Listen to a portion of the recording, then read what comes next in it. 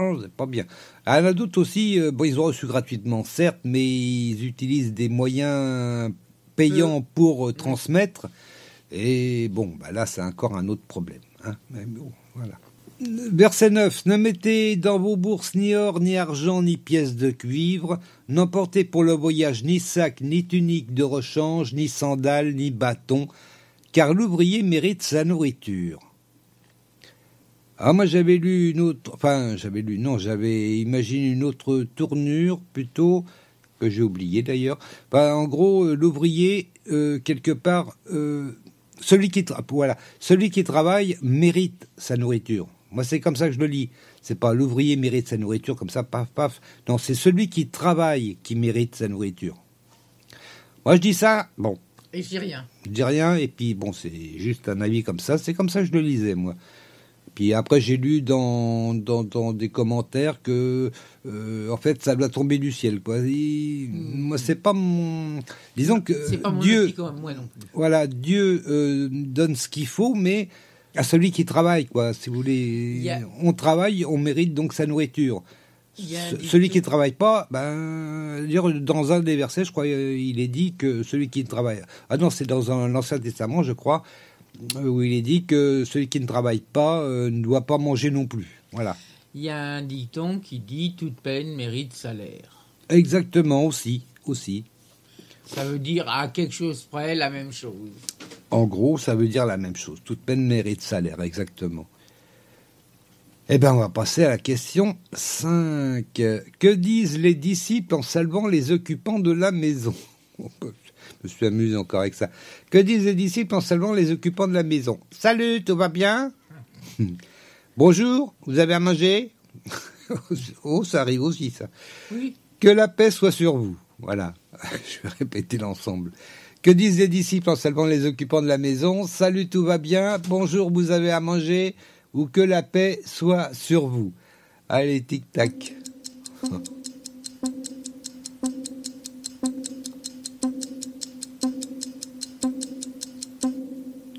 Que la paix soit sur vous. Ben ouais. Moi, j'aurais plutôt dit que la paix soit avec vous. Aussi, mais bon, moi, c'est comme ça que je le conçois.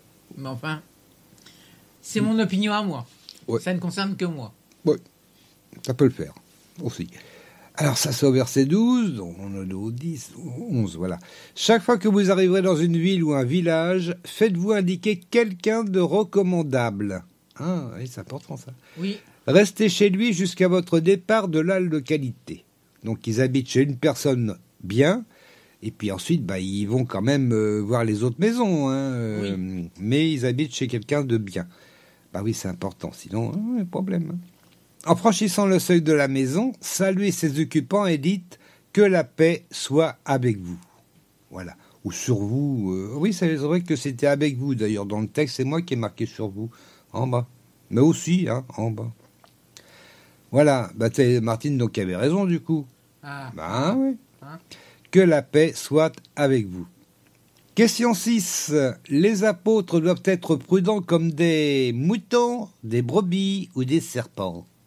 Les apôtres doivent être prudents comme des moutons, des brebis ou des serpents. Tic-tac. C'est parti vite.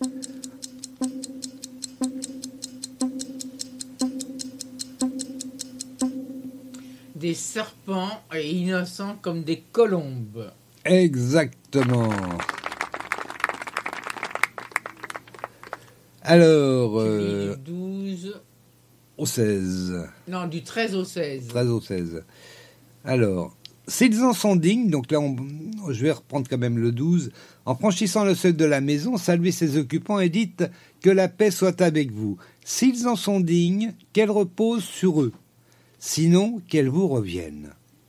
Si dans une maison ou dans une ville on ne veut pas vous recevoir, ni écouter vos paroles, quittez la maison ou la ville en secouant la poussière de vos pieds. Vraiment, je vous l'assure, au jour du jugement, les villes de Sodome et de Gomorrhe seront traitées avec moins de rigueur que les habitants de ces lieux-là. Eh oui. Voici, je vous envoie comme des brebis au milieu des loups.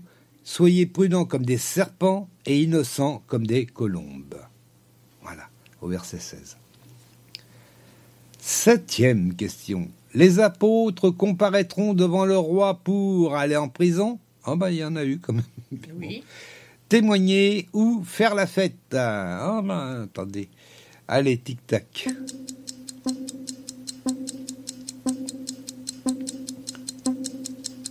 Les apôtres comparaîtront devant le roi pour aller en prison, témoigner, faire la fête. Témoigner.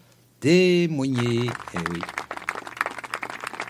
Ah oui, il y a beaucoup de témoignages, d'ailleurs, je crois qu'il me semble qu'il en reparle d'ailleurs. Témoigner, c'est... Alors ça, c'est par rapport au... Enfin, je vais peut-être lire d'abord. Oui, 17 et 18. 17 et 18. Oui, 17, Soyez 18. sur vos gardes, car on vous traduira devant les tribunaux des Juifs et on vous fera fouetter dans leur synagogue. Déjà, ça n'engage pas beaucoup. Non. On vous forcera à comparaître devant les gouverneurs et des rois à cause de moi pour leur apporter un témoignage ainsi qu'aux nations païennes. Donc là, oui, il dit de ne pas aller dans les nations païennes. Enfin, avant, il dit de ne pas aller dans les nations païennes, mais ils doivent quand même témoigner. Mais pas plus, témoigner. Plus, voilà. Et je pense que c'est pour éviter de se laisser influencer par les païens. Oh, les païens, ils sont pas bien les païens. Bon. Du coup, on arrive à la question 8 et bientôt la pause musicale. Celui qui tiendra bon sera sauvé, riche ou président. Attends.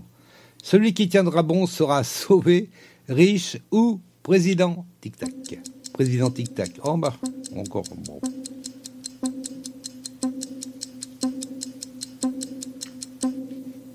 Sauvé. Sauvé. Oui. Sera sauvé. Et c'est vrai que ce verset me rappelle un petit peu ce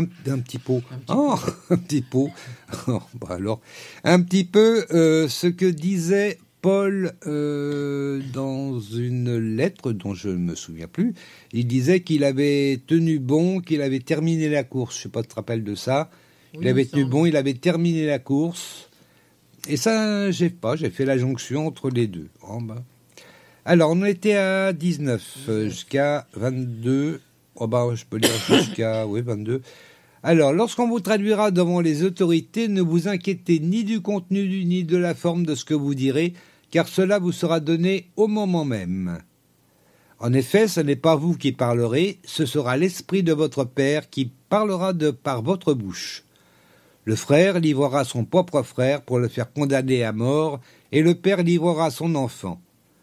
Des enfants se dresseront contre leurs parents, et ils les feront mettre à mort.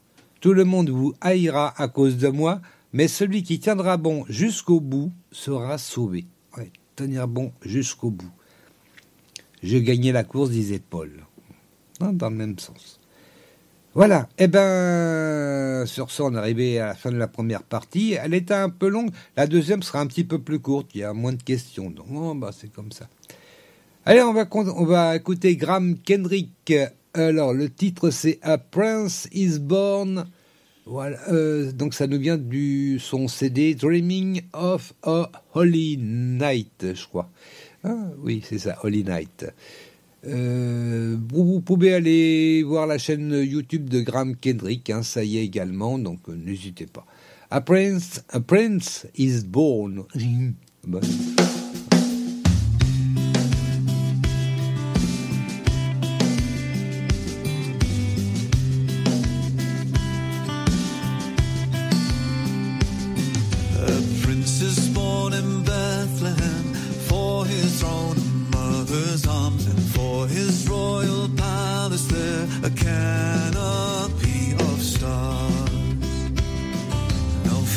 Sounding courts of kings, oh, but on a hillside there, an angel choir comes caroling for lowly shepherds there.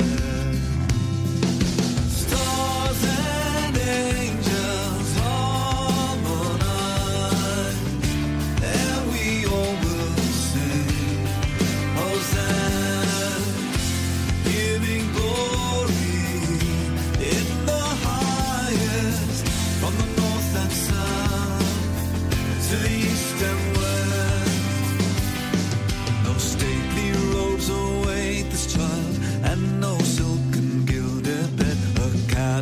off to cradle him, straw beneath his head. No armies march in vast parades, for no earthly king is this, but Mary bows in silent praise and crowns him with a kiss. Stars and angels harmonize, and we all will sing Hosanna, giving glory in the highest, from the north and south to the east and west.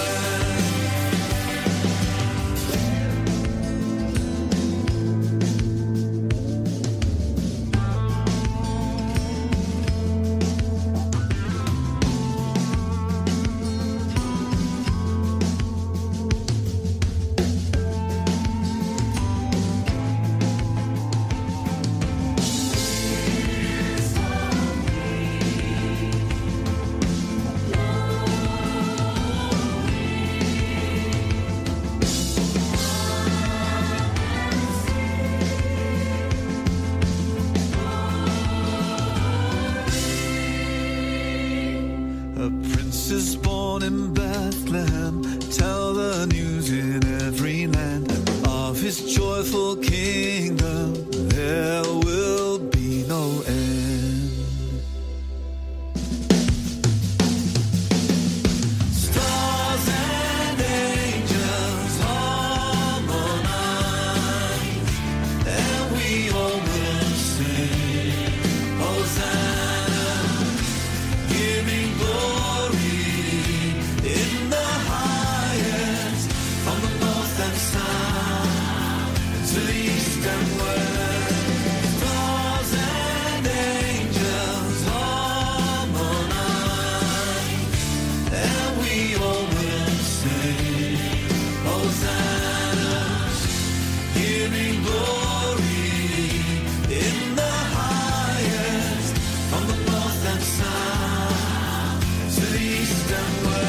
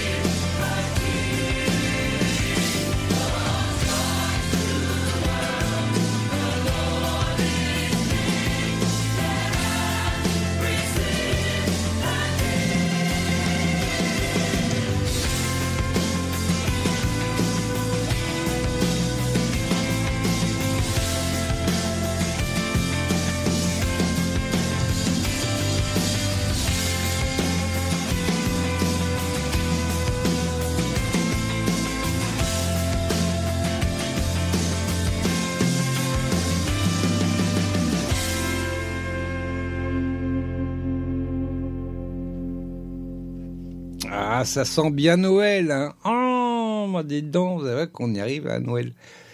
On va revoir la question de peu trop de l'Éternel, hein, Martinette. Donc, la question de peu trop de l'Éternel. Dans quelle langue était rédigée l'inscription au-dessus de la croix de Jésus? Alors, hébreu, grec, latin, hébreu seulement, ou hébreu, grec et araméen? Alors, les tweetos, 27% répondu hébreu, grec, latin, 33% hébreu seulement et 40% hébreu, grec et araméen. Ça t'aide un petit peu, Martinette? Oui. Oui, bon. On verra ça, la réponse à la fin de l'émission. Et puis tout de suite, on va écouter donc la deuxième partie du chapitre 10 de Matthieu. C'est tout de suite, c'est sur Radio Prédication, vous restez là, parce que l'émission elle n'est pas terminée encore. Ben non, allez hop, c'est parti. Si l'on vous persécute dans une ville, fuyez dans une autre. Vraiment, je vous l'assure, vous n'achèverez pas le tour des villes d'Israël avant que le Fils de l'homme ne vienne. Le disciple n'est pas plus grand que celui qui l'enseigne, ni le serviteur supérieur à son maître.